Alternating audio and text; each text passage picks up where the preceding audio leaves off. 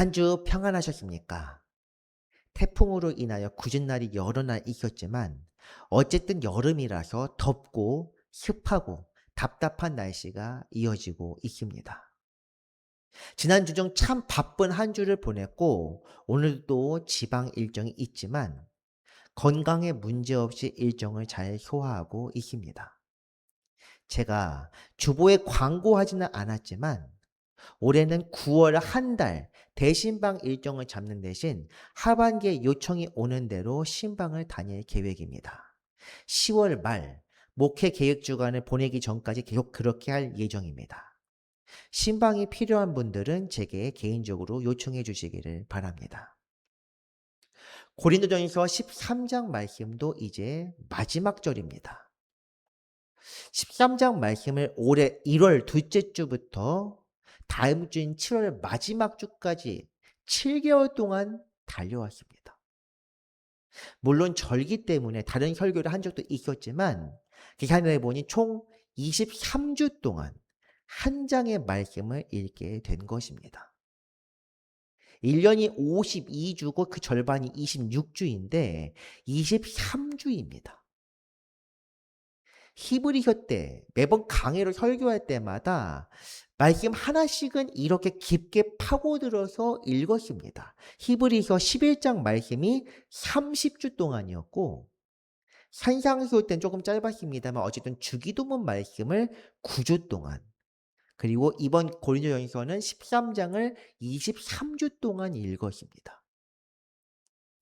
그렇게 해온 것은 그 각각의 말씀이 특별히 중요하고 우리에게 굉장히 많이 읽혀지고 잘 알려진 말씀인 것도 있지만 그렇기 때문에 습관적으로 대충 읽고 넘기는 경향이 있을 수 있다는 것입니다. 오늘이 그리고 가장 핵심적인 말씀입니다. 13장 전체가 우리에게 익숙하고 친숙하지만 그 중에서도 가장 잘 알려진 말씀이 바로 오늘의 말씀입니다. 우리에게 잘 알려졌다는 것은 그만큼 중요하다는 뜻이 되는데 당연히 이 말씀만 놓고 보는 것이 아니라 이 말씀이 나오게 된 그 계기도 중요하기 때문에 우리는 13장 전체를 조금씩 읽어왔던 것입니다. 특별히 오늘 말씀을 두 주로 나누게 되었습니다. 이 13장 전체 결론과 같은 말씀이기 때문에 이 말씀을 통하여 믿음과 소망 그리고 사랑의 관계를 정리하고 내 삶에서 새롭게 재정립하는 시간으로 삼기를 바랍니다. 지난 시간 우리는 고린도전서 13장 10절부터 12절까지의 말씀을 읽었습니다. 세상의 모든 것들은 부분적인 것이며 언젠가 사라지게 되는데 이것을 깨닫고 영원한 것을 추구하는 마음이 바로 소망입니다. 소망은 믿음을 통해 나타나며 영적으로 성장하면서 더욱 굳세어집니다. 처음 주님의 사랑을 깨닫는데 머물러 있지 않고 복음의 기초와 연약한 믿음에서 벗어나 장성한 데 이르게 하는 것이 바로 소망입니다. 지난 시간 말씀에서는 이 소망에 관한 기록이 잘 나와 있습니다. 내가 어렸을 때에는 말하는 것이 어린아이와 같고 깨닫는 것이 어린아이와 같고 생각하는 것이 어린아이와 같다가 장성한 사람이 되어서는 어린아이의 일을 버려놓으라. 말하는 것과 생각하고 깨닫는 것이 어린아이 수준이라는 것은 아직 믿음이 연약하다는 뜻입니다. 그러나 신년과 연관을 통해 장성하게 되면 그 이전의 것들을 다 버리고 장성한 사람처럼 살아야 합니다. 믿음과 소망이 자라나는 만큼 우리들의 가치관과 사고체계도 같이 성장해야 한다는 뜻입니다. 함께 가져가는 것이 아니라 장성한 뒤에는 어린아이 것을 버리라는 것입니다. 그렇게 될 때 우리는 주님의 사랑을 온전히 이룰 수 있습니다. 주님께서 우리에게 베푸신 사랑을 알고 그분의 사랑을 본받아 살아가게 됩니다. 이 모든 것이 온전히 이루는 날은 마지막 때입니다. 우리가 지금은 거울로 보는 것 같이 희미하나 그때에는 얼굴과 얼굴을 대하여 볼 것이요 지금은 내가 부분적으로 아나 그때에는 주께서 나를 아신 것 같이 내가 온전히 알리라. 거울로 본다는 것은 아직 하나님의 역사가 감추어졌다는 뜻입니다. 주님의 섭리는 태초부터 세상에 자리하고 있었지만 우리 눈에 숨겨지고 감추어져 있습니다. 그러나 주님의 뜻이 온전히 성취되는 그날에는 모든 것들이 드러나게 됩니다. 하나님의 공의가 성취되고 모든 세상의 법칙이 완전히 뒤엎어지는 그날, 우리는 그런 날을 바라며 살고 있습니다. 세상은 자기들의 모든 것을 내놓아야 하기에 심판을 두려워합니다. 세상에 있는 모든 것들을 자기 소유로 생각하기 때문에 그렇습니다. 그러나 믿는 사람들이라면 이런 것들이 부분적인 것에 불과하고 영원한 것이 찾아오게 될 것이며 또 우리에게 주어진 모든 것들이 하나님께서 맡기신 것임을 알기에 그날을 바라며 오늘을 살고 있습니다. 그러므로 성경에서는 성도들의 삶을 순례자, 고향을 떠나 세상을 헤매며 다시 본향을 향하여 나아가는 이들로 묘사합니다.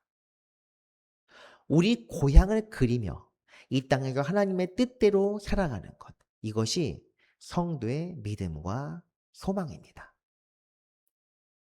이제 오늘 말씀은 고린도전서 13장의 마지막 부분입니다. 우리에게 잘 알려진 말씀인데 본문 다시 한번 읽어보겠습니다. 그런즉 믿음, 소망, 사랑, 이 세 가지는 항상 있을 것인데 그 중에 제일은 사랑이라. 고린도전서 13장 강의 설교를 처음부터 잘 따라오신 분들이라면 믿음과 소망이 왜 갑자기 나오는지에 대하여 의문을 품지 않을 것입니다. 7절에서 우리는 믿음과 소망의 사랑과 어떤 관계가 있는지를 이미 보아 알고 있습니다. 모든 것을 참으며 모든 것을 믿으며 모든 것을 바라며 모든 것을 견딘다. 여기 언급되고 있는 믿음과 바람과 소망이라는 것은 13절에 나오는 단어들과 같습니다. 피스티스, 엘피스입니다. 사랑은 모든 것을 믿는 것이며 또 모든 것을 바라는 것이다. 다시 말해 사랑은 하나님에 대한 온전한 믿음과 굳건한 소망을 의미합니다. 모든 것이라는 점에서 이런 믿음과 소망이 조건적인 것이 아닌 하나님 그 자체에 대한 순전한 믿음과 소망을 뜻한다는 것을 우리는 알 수 있습니다. 우리가 무엇인가를 얻게 되었을 때 믿을 수 있다. 증거가 있어야 믿는다. 이런 말은 사실 의미가 없습니다. 믿음이 없는 것과 똑같습니다. 광야 시대에서 히브리 민족을 보면 하나님의 놀라운 역사를 참으로 많이 목격했습니다. 그때처럼 하나님께 굉장히 직접적으로 역사했던 적은 역사상 없습니다. 처음 하나님께서 모세를 지도자로 택하여 백성에게 파송할 때부터 이미 그랬습니다. 하나님께서 지도자에게 직접 나타나셨습니다.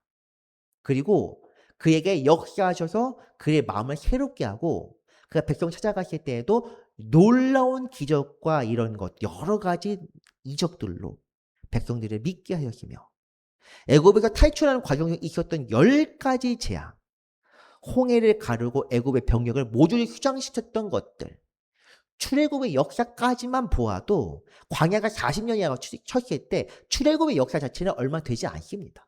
1년도 안 됩니다. 그 역사 동안에 얼마나 많은 일들이 있었습니까? 이것만으로도 하나님께서 계시며 그분을 찾는 이들에게 상을 베푸신다는 것을 분명히 알 수 있을 것입니다. 그래서 이 놀라운 역사들로 그들의 믿음이 확고해졌습니까? 전혀 그렇지 않습니다. 하나님이 계신다는 것을 알고도입니다. 왜냐하면 그때 당시는 광야길을 지날 때 매일 아침에 구름 기둥이 섰고 밤에는 불 기둥이 장막에 머물러 있었습니다. 하나님이 계시다는 것이 분명히 눈으로 볼 수 있는 형태로 또는 귀로 들을 수 있는 형태로 나타났는데도 여전히 세상과 하나님 사이에서 저울질하였습니다. 하나님의 역사하심을 믿지 못하고 끊임없이 시험하다가 결국 광야에서 다 죽었습니다. 어떻게 그럴 수 있을까? 우리 같으면 안 그럴 텐데 라고 말할 수 있겠습니까? 그럴 수 없습니다. 이것이 바로 인간의 모습입니다. 눈으로 보이는 이적들과 기적들을 보고 믿을 수 있다는 것은 사실 거짓말입니다. 예수 그리스도 당시도 마찬가지였습니다. 예수님께서 세상에 오셔서 지혜로운 말씀을 가르치시고 또 놀라운 기적을 행하셨습니다. 그렇지만 주님을 믿는 사람은 없었습니다. 하늘로서 오는 표적을 구했다. 성경에 기록된 말입니다. 대체 하늘로부터 오는 표적이라는 것이 무엇입니까? 천사들과 함께 대동하여 이 생을 내가 심판하러 왔노라 이렇게 이 정도로 해주셔야 믿겠습니까? 그런데 그때는 이미 늦습니다. 심지어 같이 주님과 다녔던 제자들도 수많은 것들을 보면서 따랐던 이들도 믿지 않았습니다. 작은 변화만 있어도 불안해하고 근심하며 고민했습니다. 성경은 그들의 마음 상태를 이렇게 기록합니다. 이는 그들이 그 떡 떼시던 일을 깨닫지 못하고 도리어 그 마음이 둔하여졌음이러라. 오병이의 사건 직후에 있었던 이야기입니다. 제자들이 주님을 두고 먼저 건너편 지방으로 배를 타고 가다가 있었던 일인데 풍랑이 심해서 생명의 위협을 앞에서 두려워 떠는 중에 주님이 나타나십니다. 그러자 선생님이 여기 우리 중에 있을 리가 없어. 유령이다 하면서 더욱 무서워 소리칩니다. 유령이 나타나시니까 자기 이제 죽었다 생각했던 것 같습니다. 주님께 가까이 오셔서 안심시키고 풍랑을 잠잠하게 한 뒤에야 제자들은 근심을 멈추었습니다. 이런 조건적인 믿음, 보고 믿고 또 놀라운 무엇인가가 있어서 믿고 또 은사를 받아서 믿고 이런 조건적인 믿음은 그 문제가 해결될 때에나 한시적으로 괜찮아 보일 뿐입니다. 결국 부분적인 것에 통하여 획득된 믿음은 그 부분적인 것들이 사라지게 되면 함께 사라집니다. 그래서 성경에서는 사랑을 이루는 믿음은 이렇게 말했습니다. 모든 것을 믿으며. 소망도 마찬가지입니다. 소망은 시련과 연단을 통하여 얻게 된다. 로마서에 그렇게 말씀했습니다. 우리가 13장 앞부분에서 여러 번 보았고 성경 다른 곳에서도 여러 번 나오는 이야기입니다. 그런데 왜 하필 시련과 연단입니까? 고난이나 환난, 박해 없이 평안하게 무엇인가를 바랄 수는 없습니까? 없습니다. 세상에서는 자기의 욕심을 위해 무엇을 바라며 간절히 원합니다. 그러나 주님의 기준에서 이런 부분적인 것들에 얽매이는 것은 주님과 전혀 무관한 일입니다. 이런 이야기들 많이 하지 않습니까? 교회 신앙, 믿음이 더 굳건해지고 기도 생활 열심히 하고 하게 되는 것은 내게 중요한 일이 있을 때 기도하고 이루어지면 믿음이 굳건해진다. 아닙니다. 애초에 그런 신앙 생활 자체가 가짜입니다. 믿음 생활 굳건하게 되는 것은 내게 고난이 찾아왔을 때 이것을 주님으로 함께 하면서 그것을 견뎌내게 되었을 때 믿음이 굳건해집니다. 오히려 세상에서 떠나 하나님의 선하심을 깨달아 알고 그 은혜의 깊음을 깨달으면서 주님께 의지하는 것이 주님을 기쁘시게 하는 것입니다. 세상과 짝하여 함께하면서 세상의 것들을 바라며 이런 것들 있었으면 좋겠다. 저런 것들 있었으면 좋겠다. 11조 많이 하고 싶다. 건축원금 많이 하고 싶다. 교회 더 많이 봉사하고 싶다. 무엇을 위해서입니까? 그런 믿음과 소망은 가짜입니다. 세상에서 떠난다. 우리가 그리스도인이라고 그리스도의 제자가 된다고 하는 것은 세상을 지배하는 영, 곧 마귀의 적이 되는 것을 뜻하며 세상에서 내몰려 공격받고 어려움을 겪게 되는 것을 초래합니다. 주님께서 제자들에게 이렇게 말씀하셨습니다. 나 때문에 이렇게 될 것이다. 공에서 너희를 붙잡아 끌고 갈 것이다. 자막에 제가 표시해 놓겠습니다. 복음서에 나와 있습니다. 복음서에 주님께서는 항상 말씀하셨습니다. 당신이 떠난 뒤에도 제자들이 어떤 일이 겪을지에 대해서 말씀하시면서 그들의 믿음이 굳건하게 되기를 기도하셨습니다. 이것은 확정된 사실입니다. 성경에서 그렇게 말씀하고 있기 때문입니다. 우리의 사명을 위하여 세상에서 불의한 재물과 권력과 사람들을 얻게 될 수도 있습니다만 이것도 본질은 아닙니다. 주님께서 우리에게 복을 주셔서 이런 것들 주시는 것이 아니라는 뜻입니다. 핵심은 무엇이냐면 우리가 주님의 괴로움을 당함으로 우리의 믿음을 시험받게 될 것인데 이것을 이겨낼 때 믿음과 소망이 자라난다는 것입니다. 성경이 말씀하는 것이 바로 이렇습니다. 성경에서는 그 외의 것들, 세상에서 잘 되고 잘 먹고 잘 사는 것을 복이라고 하지 않습니다. 이 모든 것들은 우리에게 그저 더해질 뿐입니다.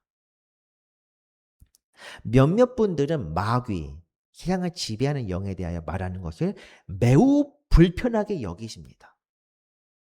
그러면서 이렇게 반박하는 분들도 간혹 있습니다. 세상이나 영적 세계나 모두 하나님의 주권 아래 있다. 마귀를 주님과 대적하는 존재로 보는 것은 이방 종교의 영향 때문이다.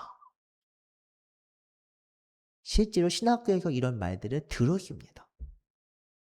조로아스터교, 페르시아의 종교인데 악신 개념이 있습니다. 이 악신 개념이 들어와서 성경 안에서 마귀가 부각된 것이다. 원래 유대교 당시엔 다신교였고 하나님이 가장 그 중에서 위대한 분이었는데 언젠가부터 이런 이방 종교의 영향으로 유일신교로 바뀌었다나 뭐라나. 저보다 공부를 많이 하신 분들인데 하시는 말치고 너무 가소로워서 할 말이 없습니다. 어쩌면 너무 연구를 많이 해서 머리가 살짝 돌아버린 것까지도 모르겠습니다. 제가 이 정도로 이야기하는 것은 얼토당토 않은 소리이기 때문입니다. 처음부터 마귀는 살인한 자라 분명히 말하고 있습니다. 구약 유일신교가 아닌 다신교가 이야기할 때도 마귀가 욥기에서 영향을 끼치는 걸 이미 보지 않았습니까? 하나님께 마귀를 용납하셨기 때문에 그때는 다신교입니까? 마귀를 섬기는 종교가 있었습니까? 말도 안 되는 소리입니다. 단지 예전 당시에는 지역마다 종교가 있었고 그 모든 신들이 하나님 앞에서 아무것도 아니라는 것을 이야기하기 위해서 그 신들의 이름을 하나하나 다 열고 했던 것입니다. 그 신들이 나와서 하나님과 주먹질을 하고 그런 것 안 나와 있지 않습니까? 우리는 지금 신화를 읽는 것이 아닙니다. 성경을 읽는 것입니다. 분명히 알아야 할 것은 성경 많이 읽는다고 똑똑한 게 아닙니다. 주님께서 지혜로운 깨달음을 주셔야만 우리는 지혜를 얻을 수 있습니다. 마귀에 대해 조금 더 말씀드리자면 마귀는 처음부터 인류와 하나님 사이를 이간질하는 영이었습니다. 언제부터입니까? 창세기 3장부터입니다. 사탄이 하나님 앞에서 보고하는 모습이 보이는 욥기가 초기 이야기인데 물론 어떤 사람들은 욥기에 대한 이야기를 신약 때 거의 다들 썼다고 하시는 분들도 있지만 어쨌든 그렇다고 하더라도 욥기 자체는 초기 이야기입니다. 하나님의 때가 가까워졌기에 마귀를 땅으로 쫓아내어 그들로 세상을 마음대로 해보도록 하셨는데 이것이 하나님께서 인류를 시험하는 방식입니다. 마귀가 주님을 시험할 때도 이렇게 말했습니다. 이르되 이 모든 권위와 그 영광을 내가 네게 주리라. 이것은 내게 넘겨진 것이므로 내가 원하는 자에게 주노라. 넘겨준 이가 누구입니까? 하나님이십니다. 본래 인간에게 주셨습니다. 세상 만물을 다스리며 관리하도록 명하셨지만 아담 때부터 이 청지기의 역할을 제대로 감당한 사람이 아무도 없습니다. 인간이 뱀의 유혹에 넘어가 죄를 짓게 되었고 이 모든 것들을 마귀에게 빼앗겼지만 하나님께서 이것을 허용하신 이유는 이미 두 번째 계획 곧 인류의 전적인 구원을 계획하고 계셨기 때문입니다. 주님의 나라는 모든 이들을 향하여 열려 있습니다. 하지만 모든 이에게 주어지는 것이 아닙니다. 그것이 하나님께서 태초부터 인간에게 그렇게 정하신 것입니다. 불순종할 수 있는 것이 자유가 아니라 불순종과 순종 사이에서 순종함을 내가 지혜로서 하나님께 구하면서 택할 수 있는 것이 자유인데 인간은 타락할 그 자유를 악한 방법으로 사용하게 되었던 것입니다. 그렇기 때문에 소망도 이런 부분적인 것들을 생각하면서 신앙 기준에 따라 필요한 것을 찾고 구하는 그런 것이 아닙니다. 마귀의 존재를 분명히 알고 이 향이 마귀의 지배 아래 있다는 것을 깨닫고 하나님의 뜻을 믿고 기다리면서 마귀를 대적하여 끝까지 영적 싸움을 싸우며 견뎌내는 것, 그것이 바로 소망입니다. 성경에서 요구하는 믿음과 소망이 이러하기에 우리는 우리 스스로 이런 것들을 획득하거나 발전시킬 수 없습니다. 세상에 매여 살고 있으며 우리 본성인 죄에 이끌려 사는 이상 우리는 보이지 않는 하나님의 뜻을 찾는 대신 눈앞에 있는 것들을 개걸스럽게 탐하며 살아갑니다. 이런 삶의 예외는 없습니다.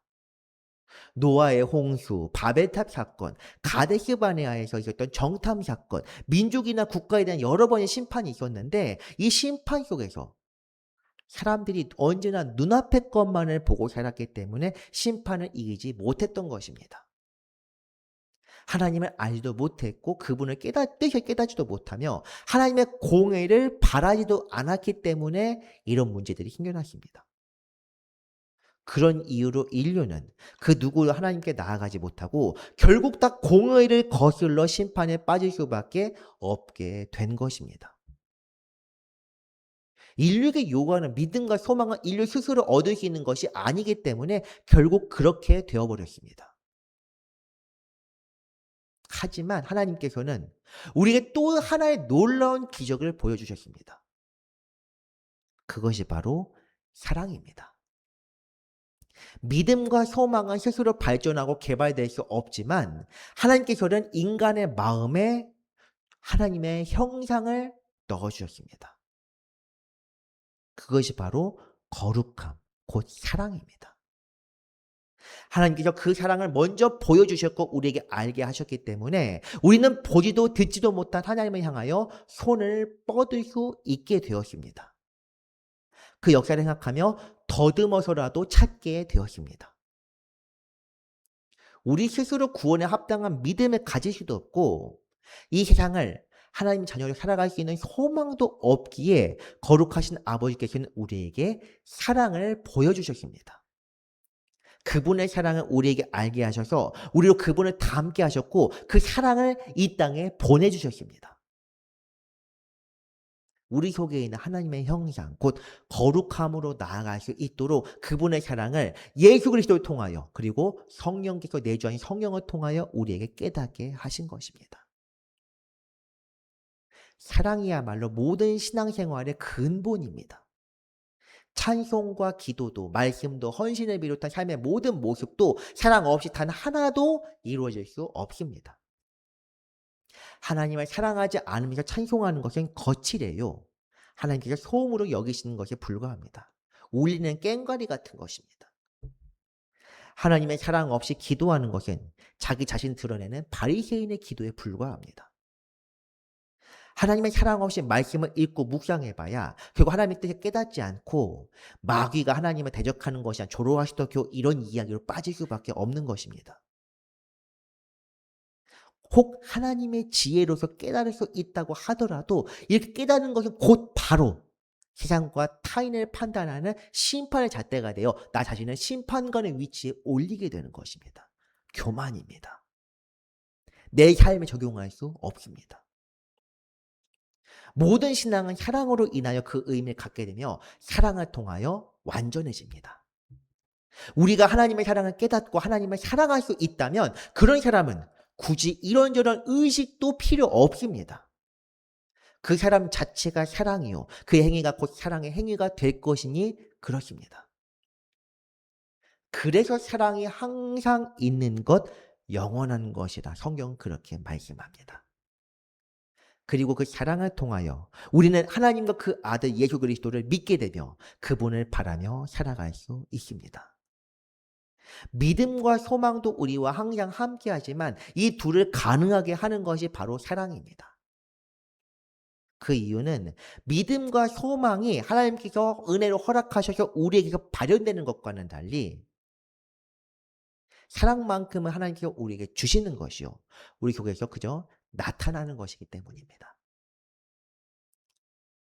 믿는다, 내가 믿는다, 내가 바란다 할 수 있지만 내가 사랑한다 사실 말할 수는 없습니다.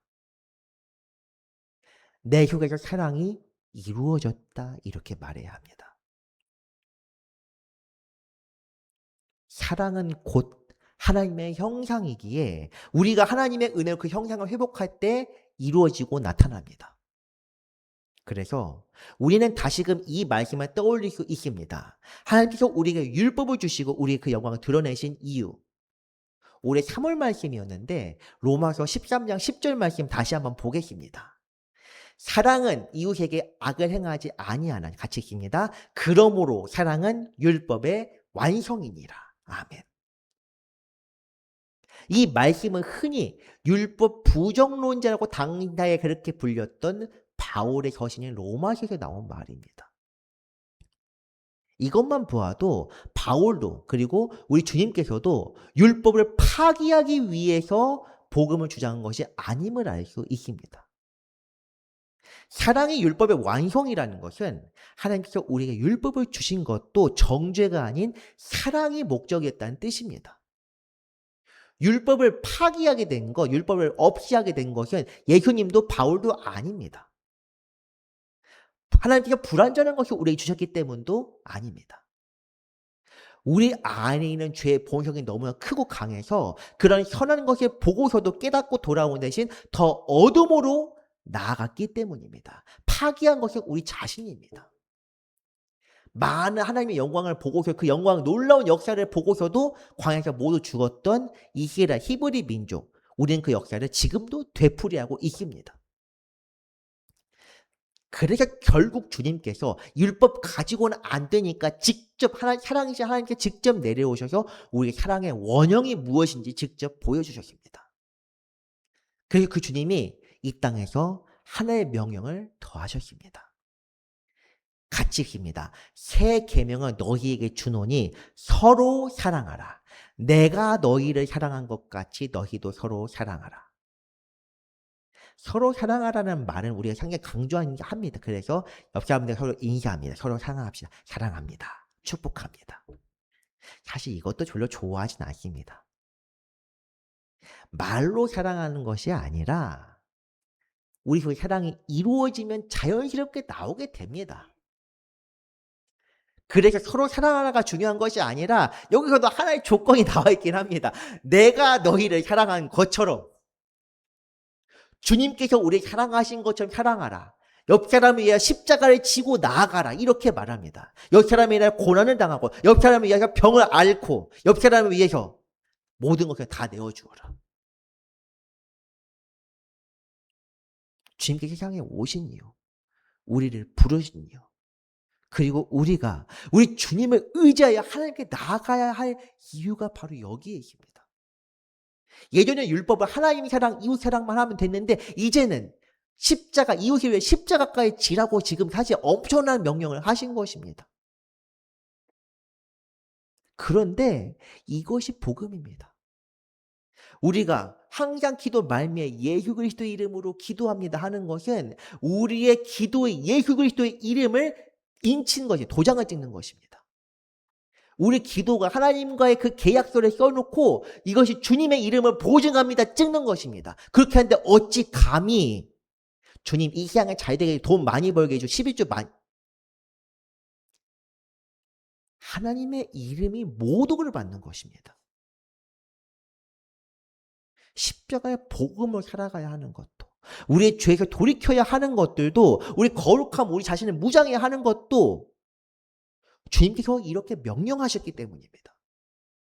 과한 것을 요구하는 것이 아니라 주께서 먼저 이 세상을 이렇게 하셨습니다. 그러면서 말씀하십니다. 성령께서 함께 하시면 보혜사가 함께 하시면 너희도 할 수 있다. 더한 것도 하리라. 제가 자막 작업을 좀 많이 해야 될 것 같습니다. 우리 주님을 닮아가야 합니다. 주님을 사랑하며 주님을 따르고 이것이 바로 사랑입니다. 사랑이 모든 것의 근원이다. 복음의 가장 핵심 명제입니다. 우리는 다음 시간 믿음과 소망 그리고 사랑에 대해서 마지막으로 정리하면서 왜 사랑이지? 물론 여기도 조금 나와 있긴 합니다. 사랑이 믿음과 소망 가능하게 한다. 거기에 더하여 왜 사랑이 가장 좋은 것인지를 다시금 확인하겠습니다. 말씀을 정리합니다. 믿음과 소망 그리고 사랑은 우리를 구원으로 이끌 영원한 가치입니다. 이는 불완전하고 부족한 것들에 대한 조건적인 가치가 아닌 하나님의 뜻을 전제로 했을 때 나타날 수 있습니다. 그렇지만 이 믿음과 소망은 우리 스스로 이룰 수 있는 것이 아닙니다. 사랑이신 하나님께서 우리에게 먼저 그 사랑을 보이셔서 우리 속에 있는 하나님의 형상을 회복하실 때 이루어집니다. 우리는 주님께 주신 명령을 통해 주님의 사랑을 본받아 세상에서 주님의 뒤를 따라 사랑을 이룰 수 있습니다. 오늘도 그 사랑을 이루며 하나님을 사랑하고 하나님의 뜻대로 살아가는 모든 성도 다 되시기를 간곡히 주님의 이름으로 부탁드립니다. 기도하겠습니다.